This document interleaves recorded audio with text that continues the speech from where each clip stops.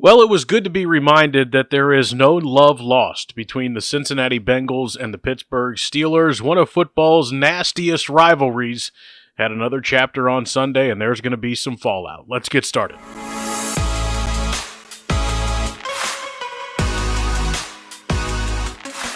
Hi, hello, and welcome in to the Ball Don't Lie podcast. My name is Austin Elmore. Thank you for being here and for listening. This is going to be a shorter, more truncated version of the podcast. I've got a lot of stuff going on, and I'm going to try to come back with maybe a different or shorter, a little bit of a preview of what's going on in the rest of the NFL, maybe later this week. Going to do my best if time permits. But let's start with what happened on Sunday. Bengals lose to the Steelers, kind of get blown out by the Pittsburgh Steelers.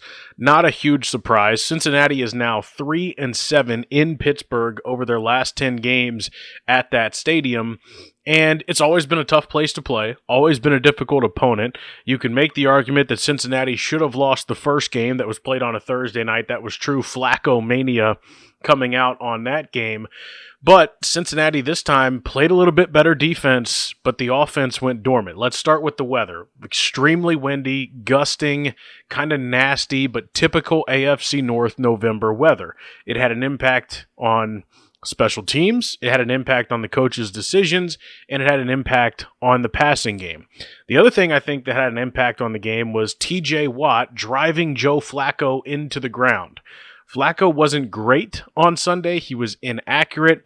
He looked more like the guy that the Cleveland Browns moved on from or that the Indianapolis Colts moved on from a year ago. He wasn't playing at the level we've seen Joe Flacco play for the last couple weeks with the Bengals, and it cost them because the Bengals defense actually got 3 stops in a row against that Steelers offense. Now, I don't know if that says more about the Bengals or more about the Steelers, but during those 3 games, or those 3 possessions in which the Bengals defense actually got stops, the Bengals offense couldn't do anything. Now, Cincinnati did drive down on their opening drive and score a touchdown.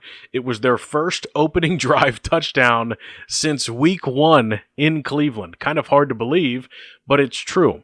So, that game went about as you would expect. Cincinnati couldn't really get the offense flowing. The issue was Pittsburgh went to a zone coverage. In their last game, Pittsburgh was man almost exclusively. Jamar Chase, T. Higgins tore him up. Going into the game, Pittsburgh ran man coverage more than just about any team in the National Football League. They weren't willing to take that risk again with T. Higgins and Jamar Chase. They run zone. They got some quick pressure up front. Flacco not 100%, not feeling his best, inaccurate, forces an offense that was just really out of rhythm all day long. Run game was okay. It was fine. Not great. It was inconsistent at times. Joe Flacco missed some plays. You go back and look at the film. There are multiple plays in which Joe Flacco had opportunities to push the ball down the field, and he didn't. He threw a pick 6 to Kyle Duggar. There was a fumble by Noah Fant late that really got things out of hand. It just wasn't a clean game for the Bengals. It's concerning coming out of a bye week to not have a plan for a potential zone defense like Pittsburgh would run, and to assume that they would go back to their typical man style, I think is foolish. And the Bengals altogether offensively did not look prepared. Defensively, they looked a little bit better. I thought they tackled a little bit better. Some players tackled a little bit better. But overall, Cincinnati was playing a bad offense in Pittsburgh, and Aaron Rodgers has not played well. And when it came down to the biggest moments in the game, when you need a stop, 3rd and 10, 3rd and 11, 3rd and 17, 3rd and 8, Cincinnati couldn't get stops. They allowed Mason Rudolph to do whatever he wanted, and they couldn't tackle Mount Washington. Darnell Washington was running over dudes, like literally running over them, shoving them by the face mask out of the play, stiff-arming them into oblivion. It was an embarrassing performance for tackling again for the Bengals. Now, there were some positives. I thought Myles Murphy had his best game maybe as a pro. Was in there on a sack, had a pass defensed. I thought he did a good job of setting the edge in the run game. Pittsburgh tried to run a lot outside, get their players out in space in the run game. I thought the Bengals did a pretty good job handling that. Not the best, but they did a better job than we've seen them in the past.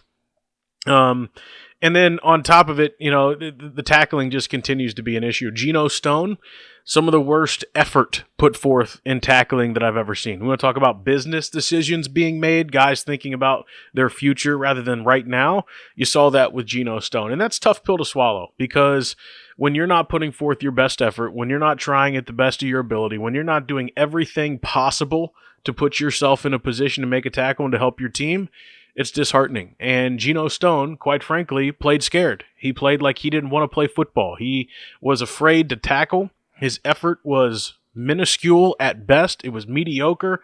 It was embarrassing. And I hope that Geno Stone never plays another down of football for the Bengals again. He's not good.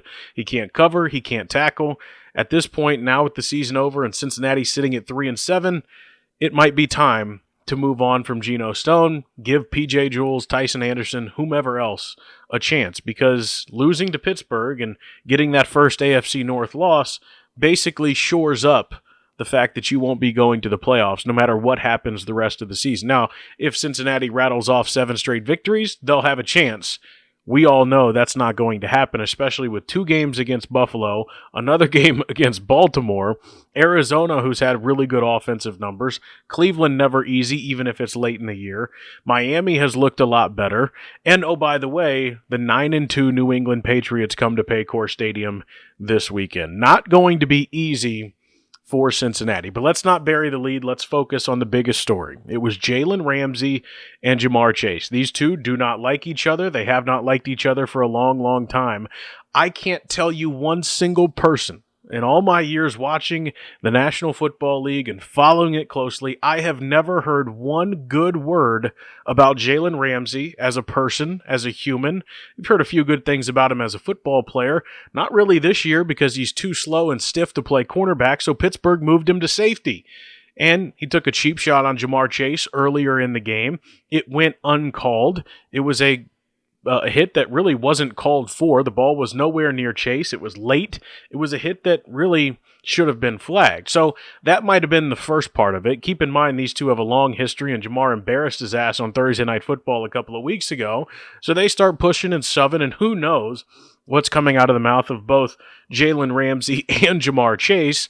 And so they throw unsportsmanlike conduct penalties on both of them, tell them to knock it off. Then the next play happens. They're jawing again, and Ja'Marr Chase spits in the direction of Jalen Ramsey. That causes Ramsey to lose his marbles, grabs him by the face mask, starts swinging. He gets thrown out of the game. Ja'Marr Chase keeps his hands at his hips, does nothing, says, I don't know what you're talking about. I didn't do anything, blah, blah, blah, blah, blah. After the game says, I didn't spit on Jalen Ramsey. Don't know what he's talking about. Jalen Ramsey's like, yeah, he definitely spit on me. Then the video comes out. Ja'Marr Chase hawking a loogie on Jalen Ramsey. Let's start with this. Number one, at no point ever, anytime in life, is it okay to spit on somebody. It's just not. It's disgusting. It's demeaning. It's disrespectful. It's vile. And Ja'Marr Chase should be ashamed that he did it. Now, I'm not going to sit up here and say that any person deserves to be spit on, because they don't. And that, to me, is crossing a line by Ja'Marr Chase. It's not in line with what we've seen him do in the past and the leadership role that he's kind of taken on. This was a heat-of-the-moment thing where a guy who you don't like and who knows what Jalen Ramsey was saying and doing to him, and a guy who took a cheap shot at you earlier in the game, and Ja'Marr lost his cool, spit on the dude, and it worked out for the Bengals because Ramsey got ejected. And Lord knows that certain sequence in the game where Zach Taylor, I think, went brain dead with his clock management and play calling again, bailed the Bengals out, and they were able to get 3 points off of it. But the problem is that, to me, is a poor reflection of where this team is at. In the biggest moments, in a game that matters, deep into the fourth quarter, or not deep into the fourth quarter, but deep into the game, Ja'Marr Chase does something like that. He's lucky that they didn't see him spit on him. Extremely lucky that they didn't see him spit on him. But now that the video is out, Ja'Marr's been suspended 1 game by the National Football League, and deservedly so. You can't spit on people. Earlier this year, before Week 1, Jalen Carter of the Philadelphia Eagles spit on Dak Prescott. It was between the opening kickoff of the game and the first play of the game. So time hadn't even run off the clock. He spits on Dak Prescott. He gets ejected, gets fined a game check, and that basically sets the standard, the precedent, for the NFL and spitting on people moving forward, which is basically a one-game suspension. So Ja'Marr has the right to appeal this suspension, and he is. I don't think it's going to work out for him. The argument is basically, well, if I was going to spit on him, I would have spit on his face.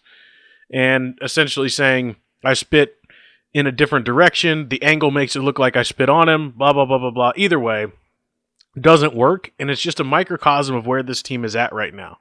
And I think when I get into the episode a little bit later on this week, I'm going to try to have it posted on Friday. I think the way that Zach Taylor handled it is really interesting, and where this team is at in terms of this point in the season and this kind of point for the organization moving forward. And I have some thoughts on Zach that I want to share. And I'm just up against the clock. I'm not able to do it all right now because of a commitment that I have, and I'm going to get that second episode out this week. But overall, disappointed to see that from Ja'Marr Chase. But Zach Taylor is right in the sense that you can't let one mistake define somebody. People are allowed to make mistakes. Just because he made and did one thing wrong, that doesn't erase the years of good things that Ja'Marr Chase has done for the Bengals. But I think it's just a peek into where everybody mentally is at with the frustration of this team right now. When you lose, it sucks. The adversity sucks. The culture sucks. It's not easy to go into work every day when you're losing. When you're winning, you find a way to believe. Paul Brown famously said, winning makes believers of us all. And it hides a lot of things. It hides a lot of warts. It shows and gives a belief and a resolve to a group of people. And losing does the exact opposite. It uncovers those warts. It uncovers those issues, and it gives them the space to grow. And I think that's kind of what we saw a little bit with the Bengals and the Steelers. And now, with the season basically over and the playoff hopes basically over, you have to shift into evaluation mode. And I said that a couple of weeks ago because I think the season's been over for a while, but you have to shift into evaluation mode. For the first time this Sunday, I think we actually saw signs of progress from a couple of young Bengals defenders. Myles Murphy, I think, as I said earlier, played his best game as a pro. Dax Hill looked a little bit better. I think we're seeing a little bit of progress, very slightly, from Jordan Battle. I think there are things that you can say, okay, that was better than what it has been. Now, I think Geno Stone's going in the wrong direction. I don't really see any growth from Barrett Carter or Demetrius Knight Jr., the young linebackers. And the injury bug is now hitting the defense. Trey Hendrickson, doubtful again against the Patriots. Not sure if he's going to play again this season at all. What about Shamar Stewart? He's now been placed on injured reserve due to a knee injury, so he's going to miss at least the next 3 games. And then Cam Taylor-Britt has a Liz Frank injury in his foot, meaning he's going to have surgery. His season will likely be over.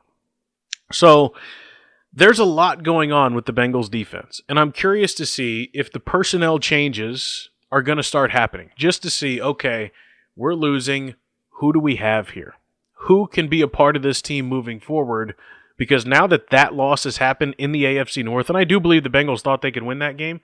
And oh, by the way, if Joe Burrow plays, they probably do win that game. That's how bad Joe Flacco was. I mean, he was seriously atrocious in that game.